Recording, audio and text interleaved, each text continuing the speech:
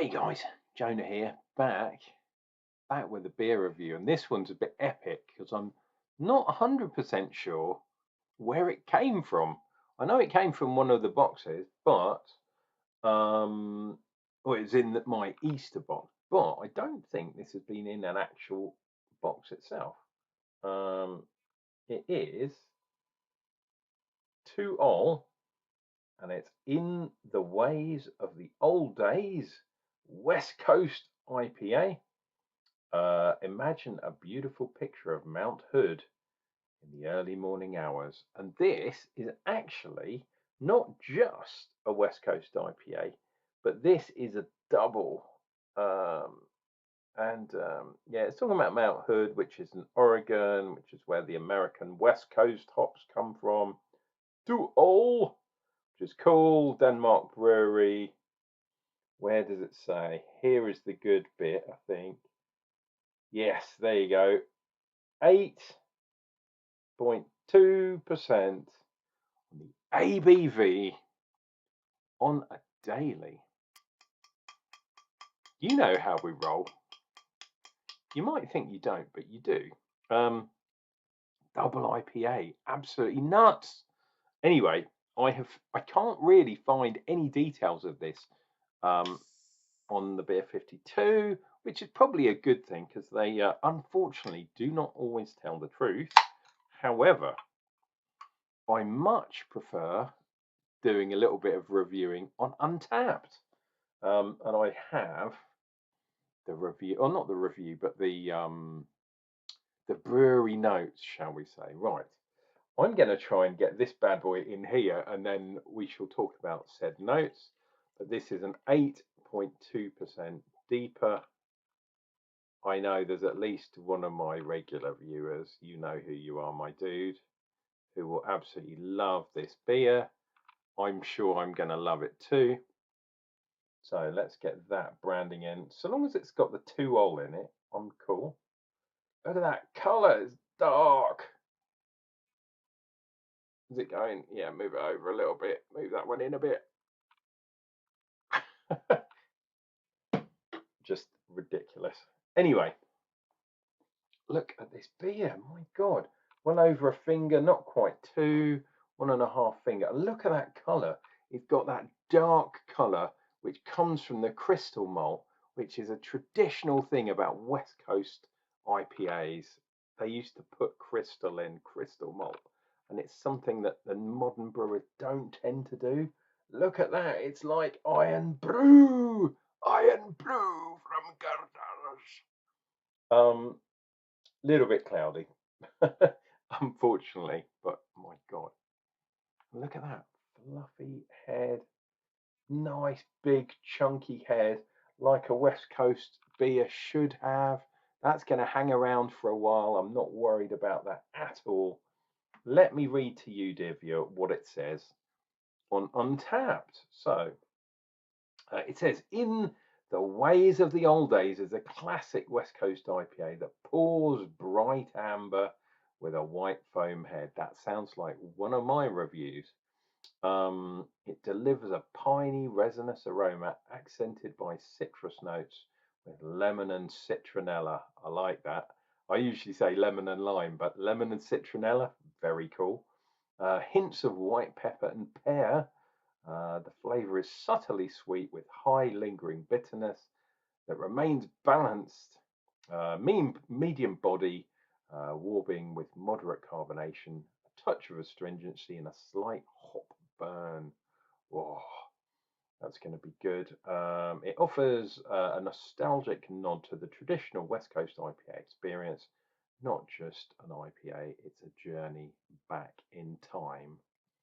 Like Huey Lewis and the News.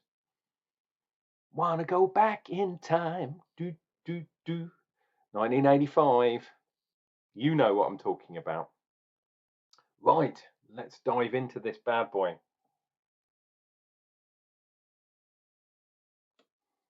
Not too much giving it away. There's a bit of spice. I know there's a, yeah, I can, it's almost like white pepper. Oh, they've said white pepper, which is on the nose. marmalade-y kind of orange, kind of citrus, crazy stuff. 6.2% ABV. Let's see what we get from this one.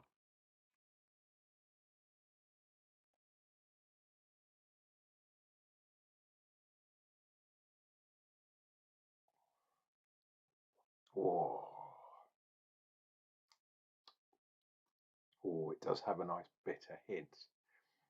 I'll tell you what's interesting, because it wasn't that long ago that I had that Dutch Trappist uh, triple, and back in the day, I very much suspect that the West Coast brewers were going over, like they do these days, the Americans especially, go over and they wax lyrical about the Belgium style beers, whereas perhaps some of us that live nearer Belgium, I actually live closer to Belgium than I do to London.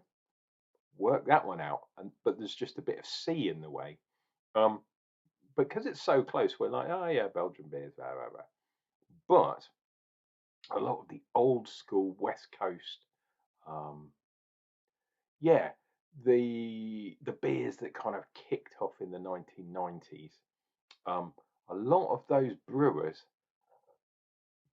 were homebrewers originally and had gone over, and they couldn't get the those kind of style beers in the United States, so they made their own, but they just added loads of hops. So I think in the similar way to the way Scottish brewers in the UK, um, like 80 shilling, 90 shilling, um, had a real link to some of the Belgian beers, especially Duval, because they took some yeast and they took it over and used it over in there when their yeast kind of got contaminated. It was because of the wartime, I think. Um, but yeah, these days there's none of that heritage. It's all kind of crazy. But Danish beer doing a West Coast IPA style is nuts, considering they're very, very close to Belgium. But I'm glad they didn't. To all, fantastic, bro. I'd love to go over. I'm assuming I think they're in Copenhagen or near there, but I'd love to go over at some point. Hey, that lottery win, when it comes in, there's a lot of places I'm going to go and visit.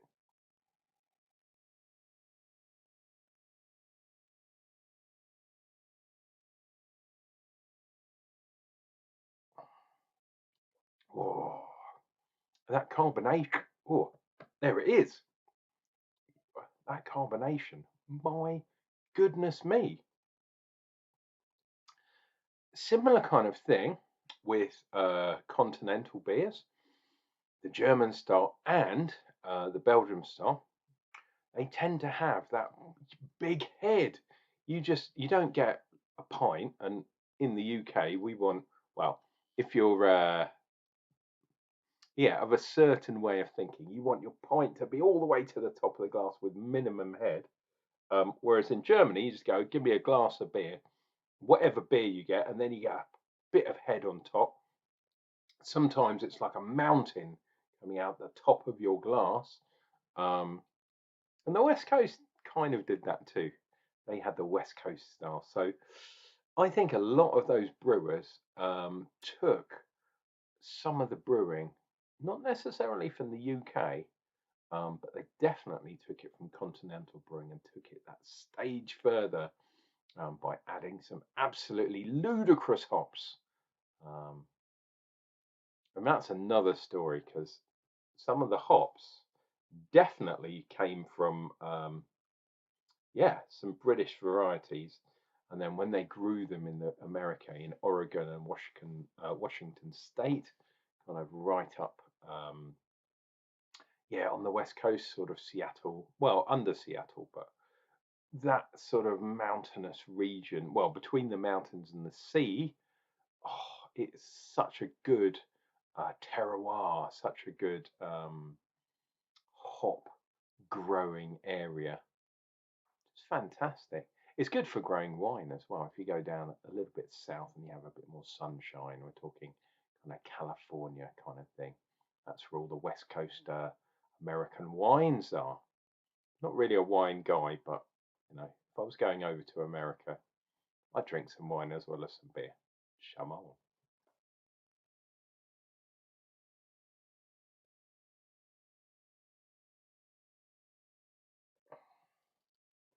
Oh. So, what have we got in here? We definitely have citrus, lemon and lime. I would also say there's some orange kind of citrus going on, but it is quite bitter. It's not superb. Does it say what the IBUs are? No, unfortunately it doesn't. Does it say on the can somewhere? My eyes are absolutely terrible, so it's probably not going to say. The Americans would say, but yeah, it's not going to say on here. Head retention wise, we started off up here somewhere and it's all kind of molded down. There's a line there. There's a bit of a line there, but it is not sticking around. It is not sticking to the side of the glass. So I'm not too worried about doing a bit of a swirly. Just to look at the clarity more than anything else. Yeah, there's no floaters in there.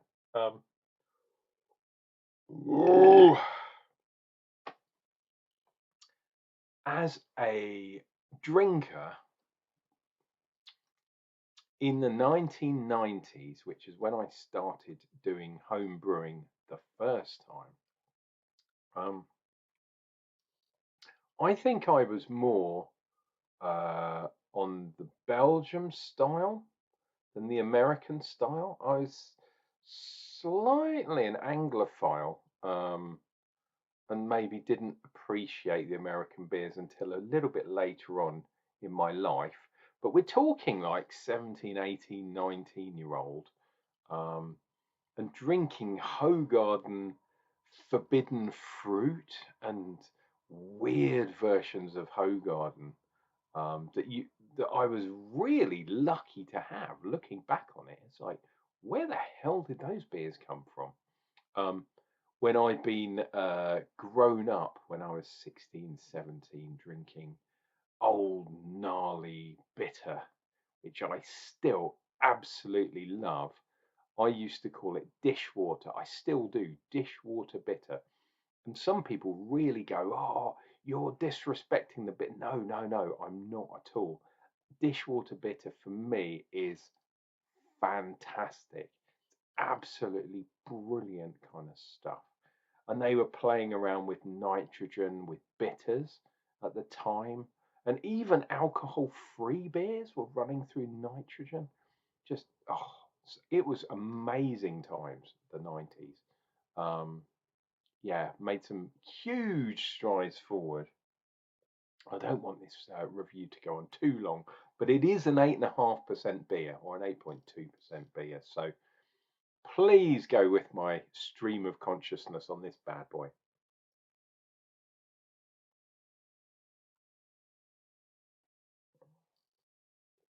Oh, and that really does remind me of that West Coast thing.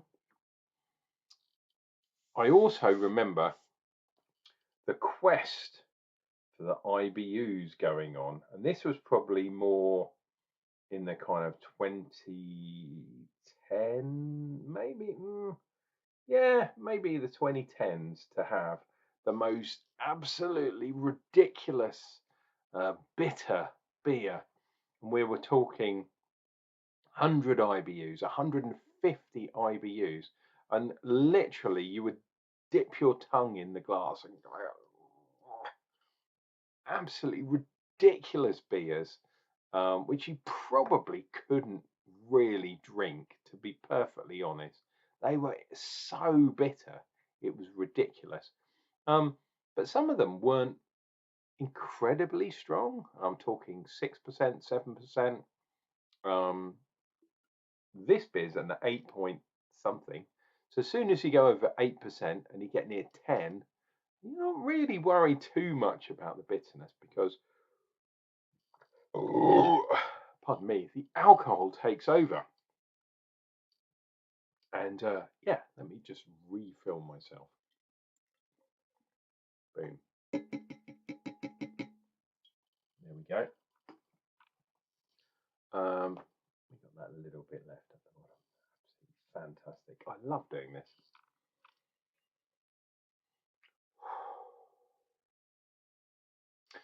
But as the alcohol level goes up, I don't know why, but the hopping tends to go down. And it's a weird thing. I don't know why, but the really, really strong beers. I mean, this one, say this one, an 8% DIPA beer, which is bang on trend. You don't seem to get that kind of fresh hop, and it's difficult to bring out the individual hops because the alcohol level's quite high. The alcohol is messing with your palate to a certain degree.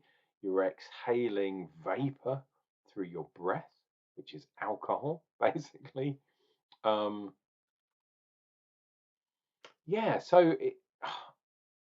and I'm not saying alcohol-free beers will represent the hops better, but as you go higher up, yeah, in ABV, you tend to lose the hop characteristics. In fact, weirdly, you tend to get more malt characteristics. So barley wines, for example, is a big thing. And if you do a single hop barley wine, you won't get the same hop kind of thing as you would do at slightly less ABV. The only thing that you will get is with imperial stouts, you'll get the malts and the dark side. That really does work very well. But the hop side, in my humble opinion, not so much. They tend to be a bit more vinous. Yeah, the hops. And you do have a lot of barrel aging as well at higher ABVs, which doesn't do the hops as much goodness. You don't drink it so fresh, if that makes sense. So a really strong beer, fresh, with the hops in it, ooh, I don't know if that would work so much. Dear viewer, I am drinking an 8% or 8.5% beer. Let me know in the comments if you think I'm wrong. This has been Uncle Jonah. I'm going to drink this beer. Please take care of yourselves. Take care of each other. Drink some stronger beers. You know it makes sense. And I'll be back with another beer review real soon.